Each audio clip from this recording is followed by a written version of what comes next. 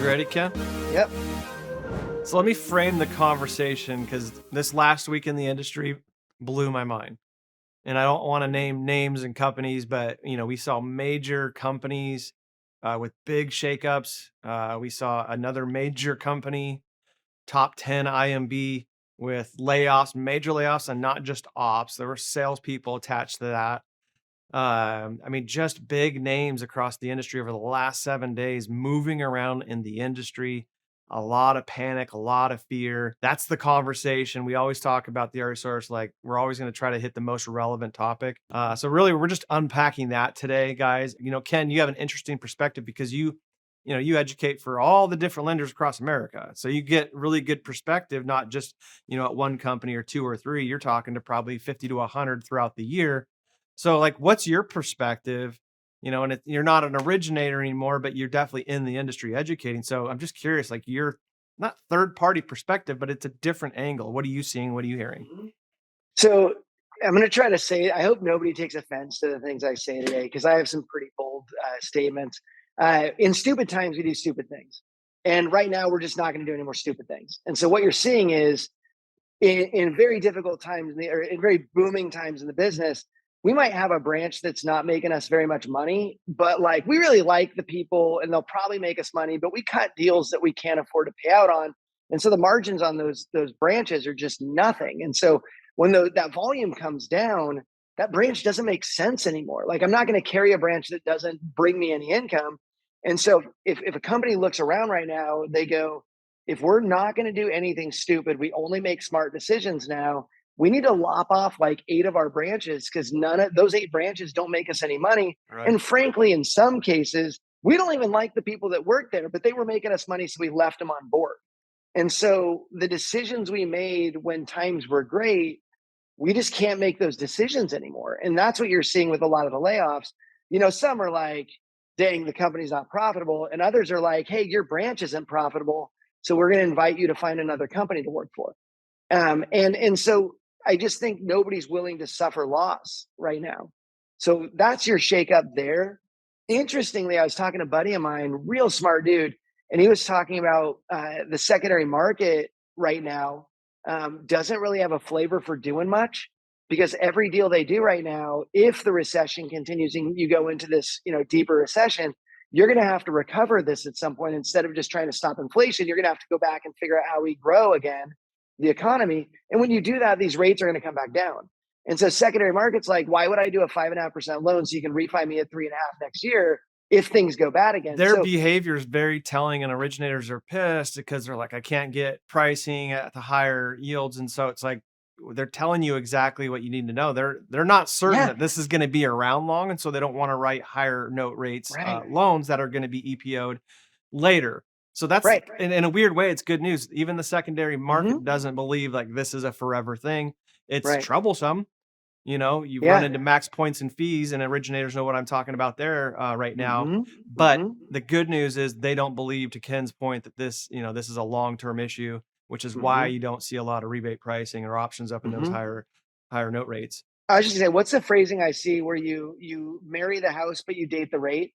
Yeah. I've seen that so many times, and I so love that, because like my parents are looking at buying a house right now. And of course they call me, even though I'm not in the industry, just for advice. And I'm like, you guys, rates are historically low still. If you find a house that you love and you can afford the payment and it's a make sense deal, sellers are willing to give you everything right now. Like if you didn't bring cash 6 months ago, you couldn't even get it to the table. But now they're like, you want to buy a house? Like, what do you want? How can we make this work for you? Like, what's it going to take for you to drive home in this house today? But like, they're really wanting you to buy the house. So if you make an offer and go, hey, why don't you contribute this much money towards buying my rate down? You could get the rate you want right now. And you're buying it for a reasonable price. So just do it if it's long-term. I have a challenge. I don't know if anybody will find it, but that marry the house, date the rate was so good, and it went so viral. I had asked a few people, I wonder who the original person was, because it was so good. People shared it throughout the industry. So anybody that knows the first post and the first originator that post that, let us know down below. Ken will send him a nice bottle of wine. Dude, I'd love to find out. Yeah. Nice.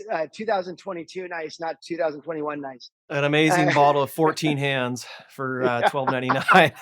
it's a crazy time, but I think for originators, it's not time to get all stressed out and scared and wait for your next Zoom call where you're the one that gets let go. Like if you do that and you freeze, you're over anyway. Like you need to show you need to show your value to your company right now. As if you're an originator, show your value to the company, go out and originate. Like do what they pay you to do, originate loans and stop sitting in your office. What's gonna happen? And then the other thing is stop committing freaking RESPA violations and fraud because I am seeing people blatantly throw stuff up on Facebook that's like, dude, these realtors, you haven't called them in 2 years. And now you're going to call them. What are you going to bring? Oh, I'm going to bring that. I'm going to pay them. Like, Yeah, I'm going to they're buy getting them nice desperate. things. And it's like, dude, the desperation, it reeks Hey, out so let me there. go back. I don't know if we're gonna have a ton of takeaways today. It's just two guys that love the industry talking about it. So hopefully that's interesting. But what you said earlier was right. Like there's a lot going on in the industry. There's a lot of drama going on, a lot of people leaving and joining and laying off. But Ken's right. Like as an originator, it really is just noise. It's static noise. And Hmm. I know it's like a train wreck. You want to look and you can't look away, but it's not the best for your business. And really, at the end of the day, how does that change you getting business? It doesn't, not at all. So Ken's right. Like the best approach is blinders, keep your head down, and no matter what's happening at your company or the next company, your job is to go out and grow the business. That's it. Everything else is noise. It's not going to be beneficial to you. It's not going to help you grow your business.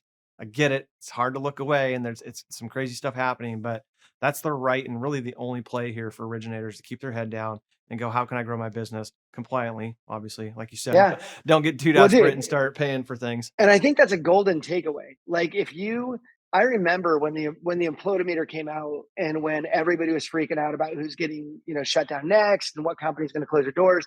And I, I just remember thinking the second I go to that website, and for anybody watching right now, the second you go to a website seeking information on doom and gloom, go golf, leave.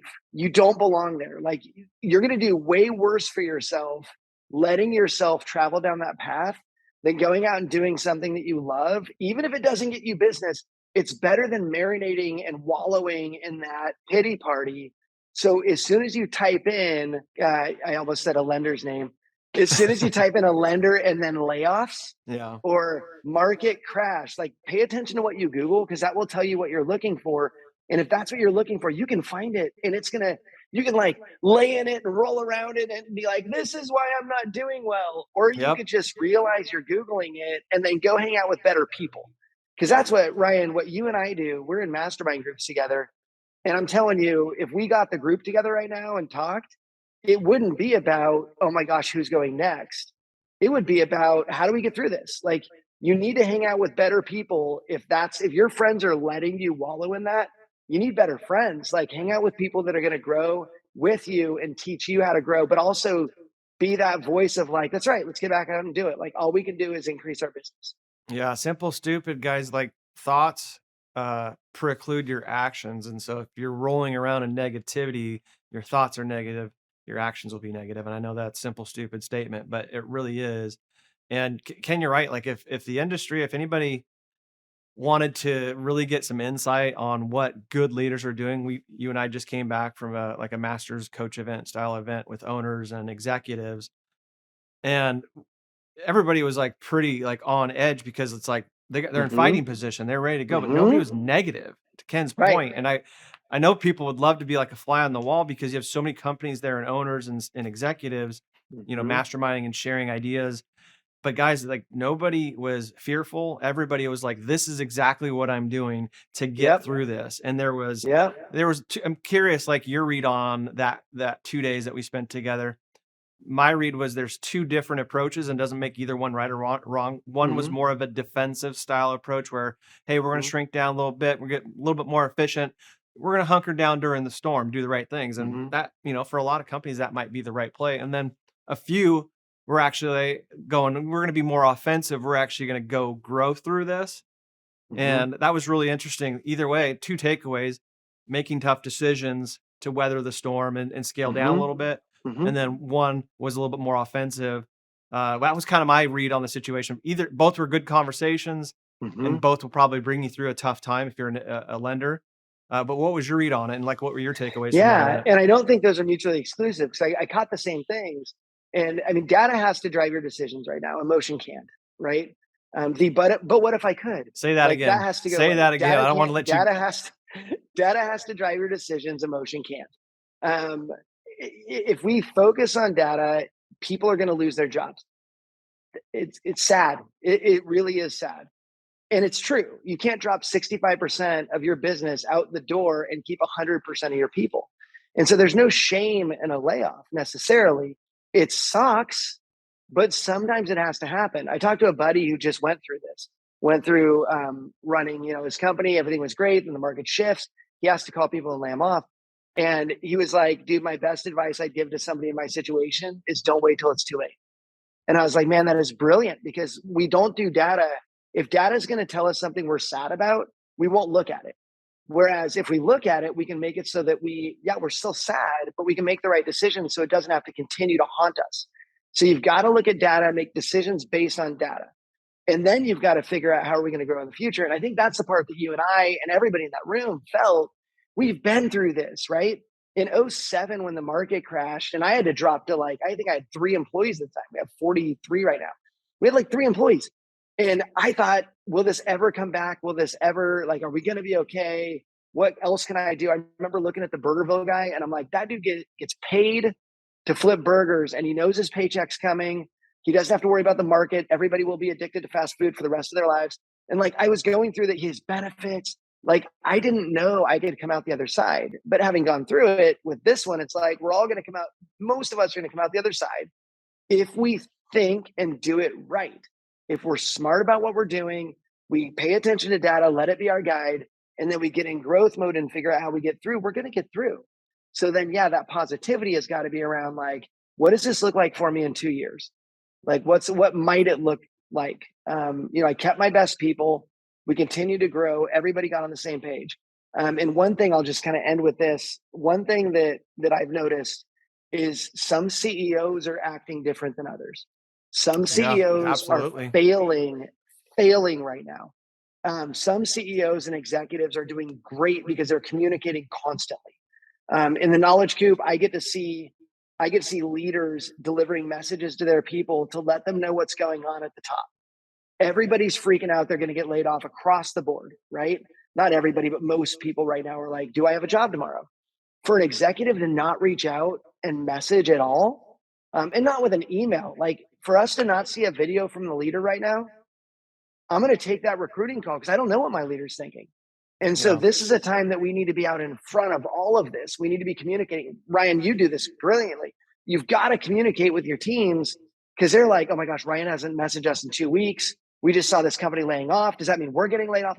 Ambiguity is the sin of a leader.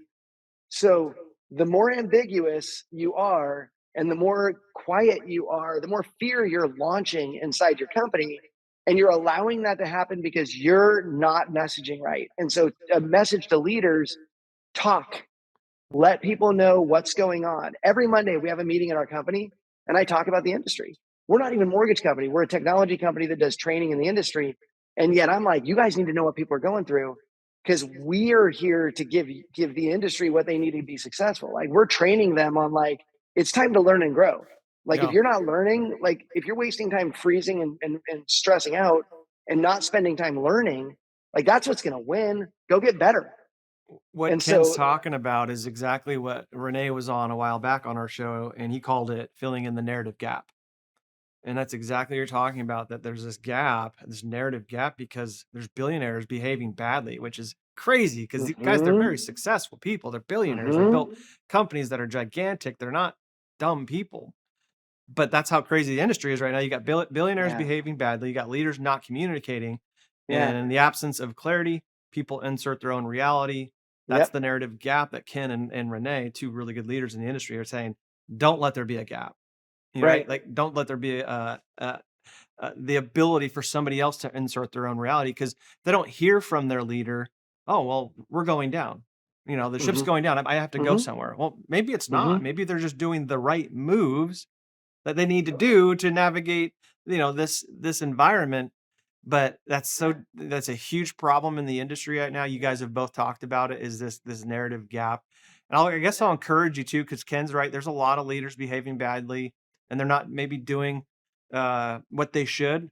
Leadership doesn't always come from the top. So if you're an originator, if you're a branch manager, sales manager, you guys can lead through that. You guys can take those reins and fill the narrative gap, help educate them through this, motivate them, make sure like they're like Ken said, they're not rolling around in the muck, because there's nothing, when you roll around in the muck, you get dirty, right? So Yep. if you maybe you're like, yeah, my hands up, I don't feel like I got great leadership right now. I feel for you, but it also means that there's a leadership need and you can step into that. Yep. Yeah. Don't isolate right now. Yeah. Isolation is bad. We learned that, didn't we? Yes. So Yes. We learned that not just the time recently to through COVID. isolate. Yeah. Yeah, you gotta team up. If anybody wants, you can join Knowledge Coop. Go to knowledgecoop.com and join the coop for free, and we can have conversations in there. We're starting to build out ways to use the coop to give people encouragement. Do a Friday video every week, just to like we have to get together and strategize more than getting together and freaking out. So be around the people that you want to be around that will help you grow. Yeah, stay positive, guys. There's a lot of Yeah. positive people out there through the storm, through the drama. And Ken's right. Surround yourself with positive people. How fun is it to, cry over spilt milk? Nobody wants to do that. There's nothing redeeming there, right? Like, so if you're watching and you're like, you know what, Ryan, Ken, I think I'm that guy or gal. Okay, thanks for at least admitting it to yourself. Now you got to change your scenery though. Go Yep. get with more Yeah. positive people like Ken and I do. Like, well, Yeah. hey, having a tough time. Let's go do something. Hmm. So that's a soft takeaway, but actually one of the best takeaways for what the industry's facing. I know there's a lot of fear out there, but there's also a lot of opportunity, guys. We will get through this, and there's opportunity everywhere. And don't get caught up in the drama. If you have to shut out Facebook, shut it down for a bit. It's okay. Let's go find some redeeming relationships to keep us positive and focused. Ken, I'll give you the last word. We're running up against a hard stop. I'll give you the last word, bud. All right, we can do this. It's so much of it is attitude, right? It's just like golf. Most of it is emotional. So the more you can conquer that, the more you can hit the ball straight and stop trying so hard with realtors. Just be yourself and go back to what got you the business in the first place. Love that. I always say, go make friends. Leave your Yeah. rate sheet Yep. behind. Just go make some friends. People, Yep. it's know, like, and trust. Get them to know, Yep. like, and trust you, and you'll have great relationships.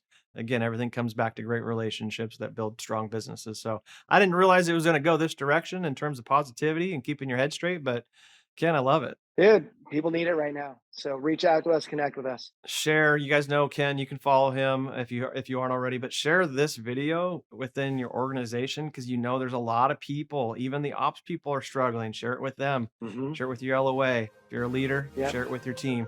Appreciate your time, Ken. See you guys next week.